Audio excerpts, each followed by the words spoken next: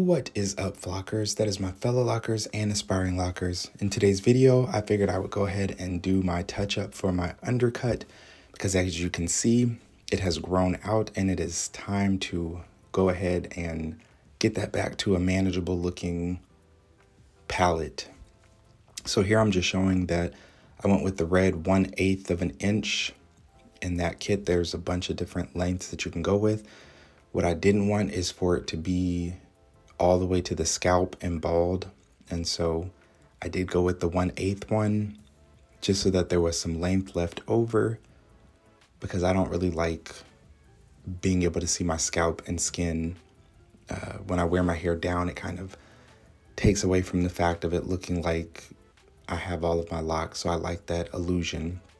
So I just go through and on both sides, I'm trying to be very careful to make sure that I am not cutting into my existing locks that I have there. So there are pretty much a whole ring around my head where I don't go all the way up just because I don't want to chance it and don't want to make a mistake of cutting into a lock or cutting off a lock. And so I do hold my hand there as a guard and will only cut up to a certain point with the clippers themselves just because I don't trust myself and don't trust me to not cut into locks, because in the past, when I have had an undercut before, I have cut into locks. And so I just try to take every precaution that I possibly can. And then here, as you can see, what I do to get that ring of hair that's still there, that's longer, is go back with some shears.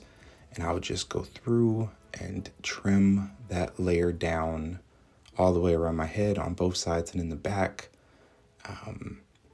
And I'm kind of just feeling out how far I need to cut because, again, I don't want to end up cutting any gashes into my head accidentally and having any spots where it's just bald to the scalp. So I am pretty slow and meticulous about this part just to make sure that it blends well and that it just looks even and looks clean and crisp and accentuates the style and not adding unnecessary eyes to places that they don't need to be. All right, and so did the same in the back, and then I go in with my lining clippers afterwards to kind of fix my line and just make sure that it is crisp and straight the way that I like it. I did go around the ears to make sure that the hair around the ears wasn't any longer. And then also I'm going to fix my lineup in the back. Now, obviously the back is a blind area, so that is a scary place to go in with some clippers that are that low. But again, I try to use my fingers as a guide to kind of make sure that I'm not going too high. And I'm not so concerned about it being perfect. So if I don't have it exactly lined up perfectly in the back, then that's okay.